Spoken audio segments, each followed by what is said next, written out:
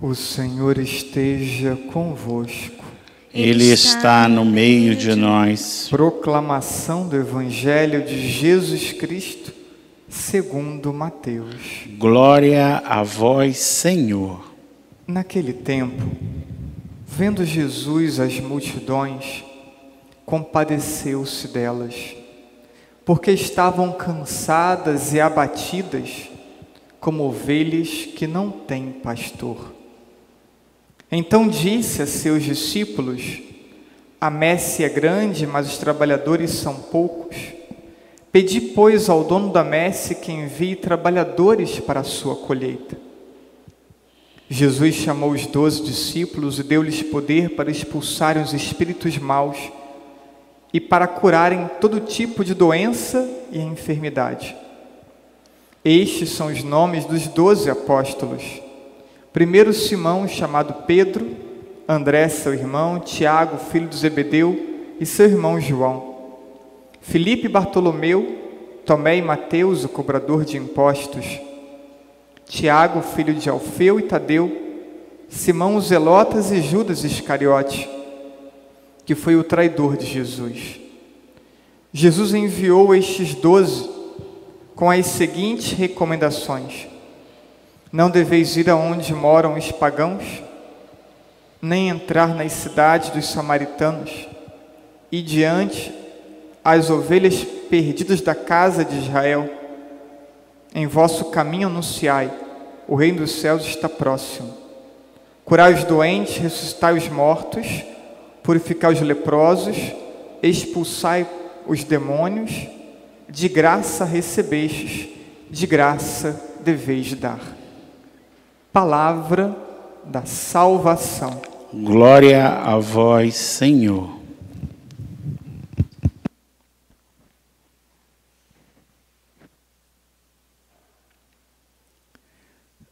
Jesus, ao ver as multidões, encheu-se de compaixão, porque estavam cansadas, fatigadas, abatidas, como ovelhas sem pastor.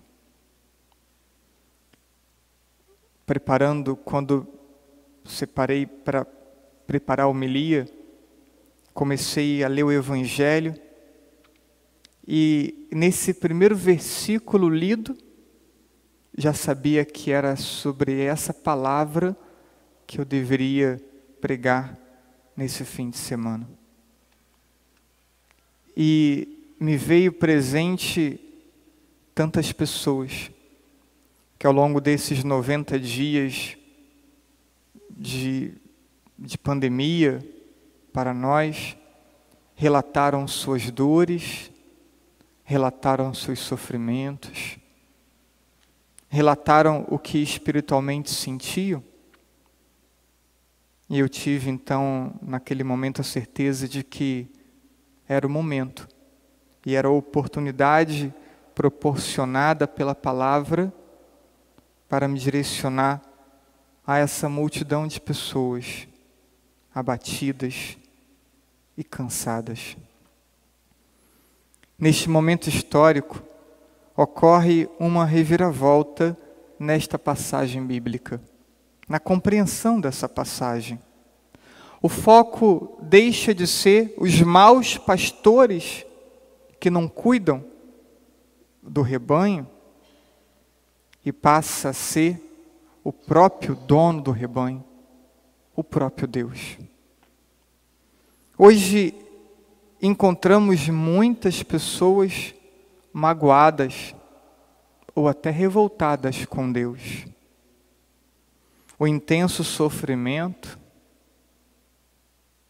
seja pela fragilidade da saúde, seja pela situação econômica, seja pela morte de familiares e amigos, tem gerado questionarem a bondade de Deus.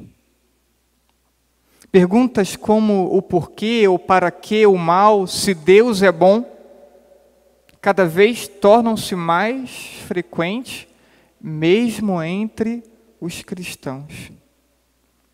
Perguntas que, mesmo realizadas apenas no auge da dor e por alguns instantes, têm sido mais frequentes.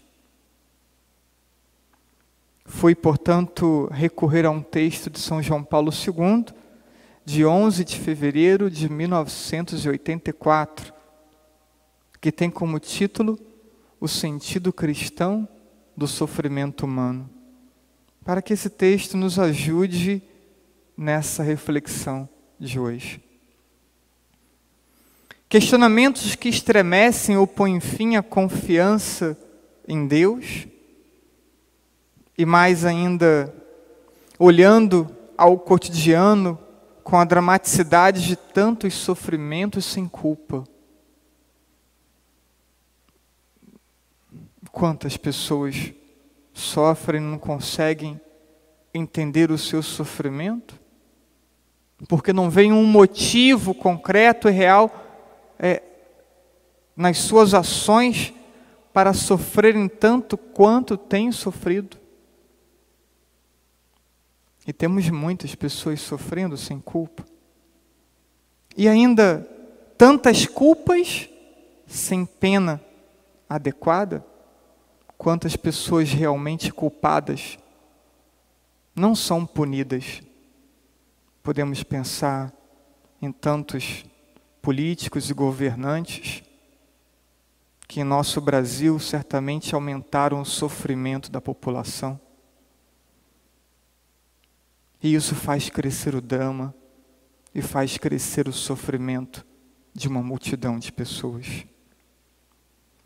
Fato que indica quanto é importante hoje a pergunta sobre o sentido do sofrimento humano.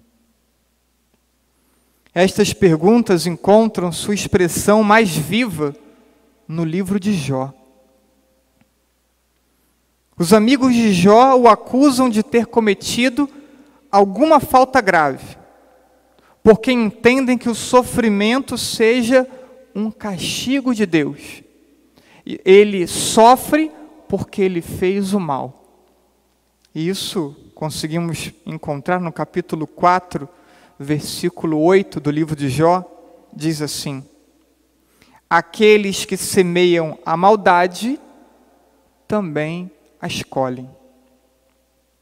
A resposta que eles têm é: sofre quem fez o mal. Jó, ele contesta, pois ele tem a sua consciência tranquila. Sabe que não fez nada de errado. Diz o Papa no seu texto. O sofrimento de Jó é o sofrimento de um inocente. Deve ser aceito como um mistério, que o homem não está em condições de entender totalmente com a sua inteligência. E aqui temos uma primeira resposta para nós. O sofrimento, muitas vezes, deverá ser entendido como um mistério que está para além da nossa capacidade de entender. Ou seja, há sofrimento do qual não encontraremos o motivo, ou não entenderemos o motivo pelo qual experimentamos tal sofrimento. Algum sofrimento é consequência, é castigo, quando ligado à culpa. Isso é verdade. Algumas ações erradas vão ter como consequência o sofrimento. E isso é certo. Mas nem todo sofrimento é consequência da culpa e tem caráter de castigo. Então, reparem, algum sofrimento é consequência das nossas ações erradas e algum sofrimento não tem consequência, não é uma consequência de nossas ações erradas. Às vezes também sofremos porque pessoas próximas a nós fizeram escolhas erradas. Isso também é muito comum. Tem sofrimento ainda que é provação. E nele está contido um convite da misericórdia divina que corrige para nos conduzir à conversão. Há sofrimento também que é provação para nos conduzir a um caminho de mais intensa conversão. No entanto, a busca do porquê deve ser direcionado para o amor divino. Embora o sofrimento permanecerá sempre um mistério, e as nossas respostas tantas vezes parecem ser insuficientes. Mas vamos olhar para o amor divino. O amor é ainda a fonte mais plena para a resposta à pergunta acerca do sentido do sofrimento. Esta resposta foi dada por Deus ao homem na cruz de Jesus. Jesus foi dado à humanidade para proteger o homem do sofrimento definitivo, da perda da vida eterna, da perda do céu. Jesus foi dado à humanidade para possibilitar à humanidade a conquista do céu. A sua missão consiste, portanto, em vencer o pecado, vencer a morte, com a sua morte e com a sua ressurreição. A sua missão não era eliminar o sofrimento terreno, o sofrimento temporal. Vou repetir. A missão de Cristo era vencer o demônio, vencer a morte. Não nos privar do sofrimento. Se você busca fé para não sofrer, precisa ler de novo os evangelhos, se é que você já os leu.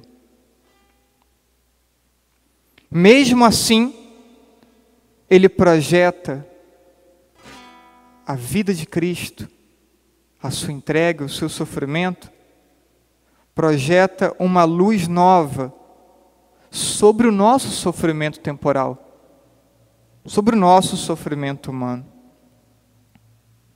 João, capítulo 3, versículo 16. Deus amou tanto o mundo que deu o seu Filho unigênito.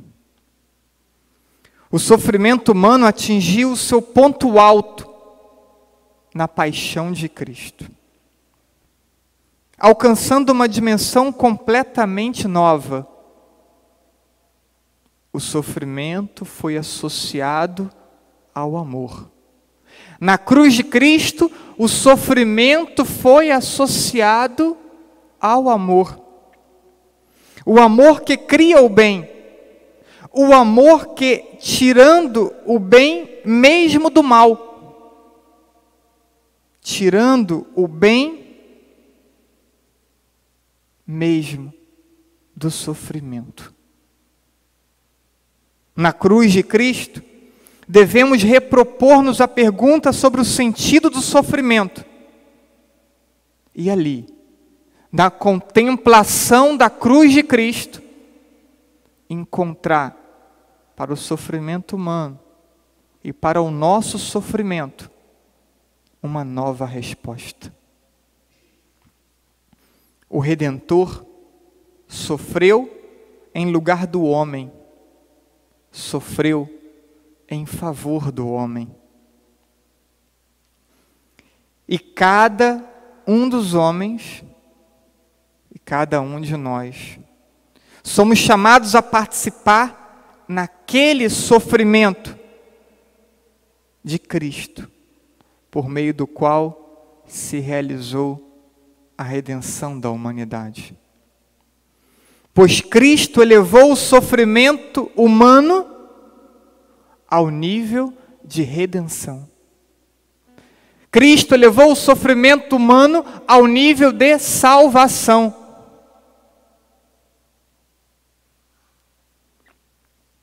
E por isso, repito, todos os homens, todas as mulheres, você e eu,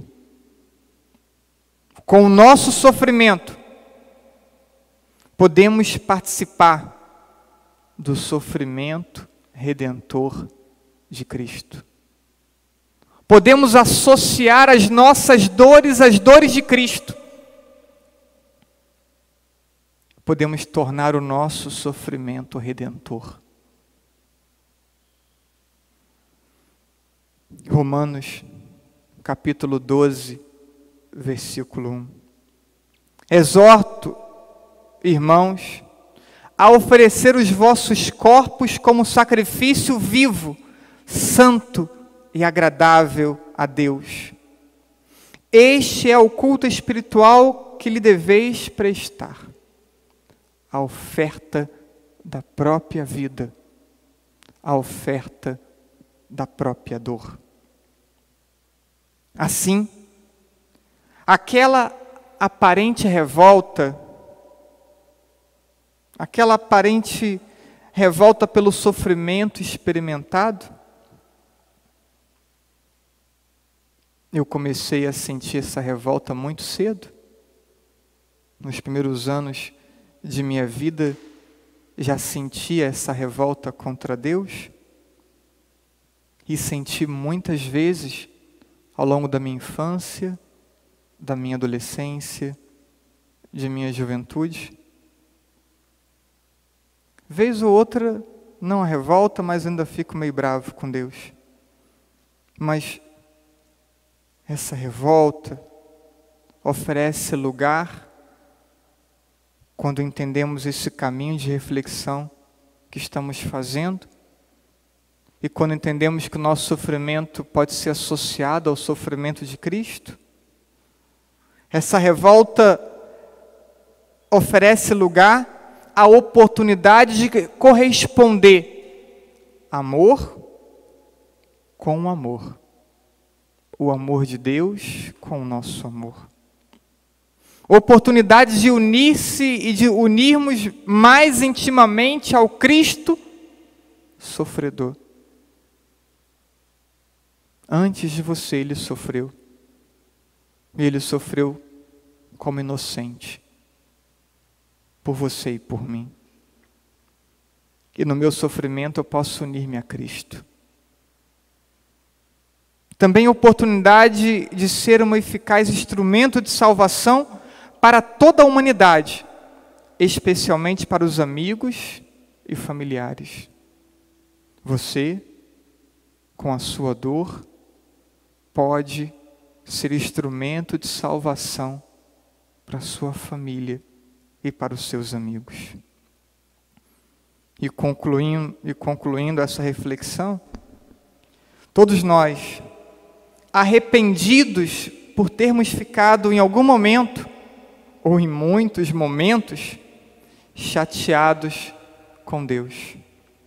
Podemos nos arrepender dessas muitas ou poucas vezes que ficamos chateados com Deus e direcionar o nosso olhar para o crucifixo. E aqui também coloquemos a câmera focada no crucifixo.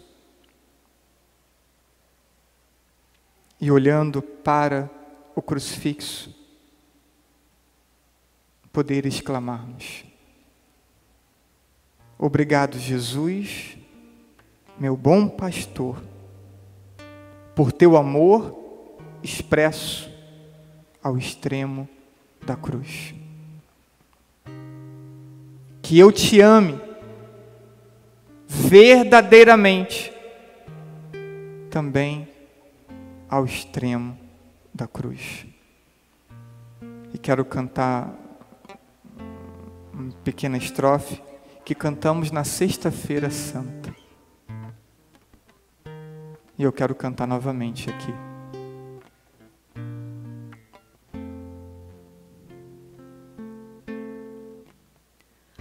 A A dor, a cruz e o sangue derramado revelaram seu grande amor por mim, Jesus. Eu sou amado ao extremo da cruz. Eu sou amado ao extremo da cruz. A dor, a cruz e o sangue derramado revelaram seu grande amor por mim, Jesus. Eu sou amado ao extremo da cruz. E por isso termino dizendo: sofra de pé com a dignidade da Virgem Maria. Permita ser amado por aquele que assumiu a cruz por você. Vença o sofrimento. Dê significado ao teu sofrimento. Corresponda amando ao extremo da cruz. E toda dor, então, terá sentido na sua vida. Não desejamos a dor, mas também não negamos o sofrimento que em vários momentos da vida farão parte de nossa existência. Sejamos amados ao extremo da cruz. Amemos ao extremo da cruz.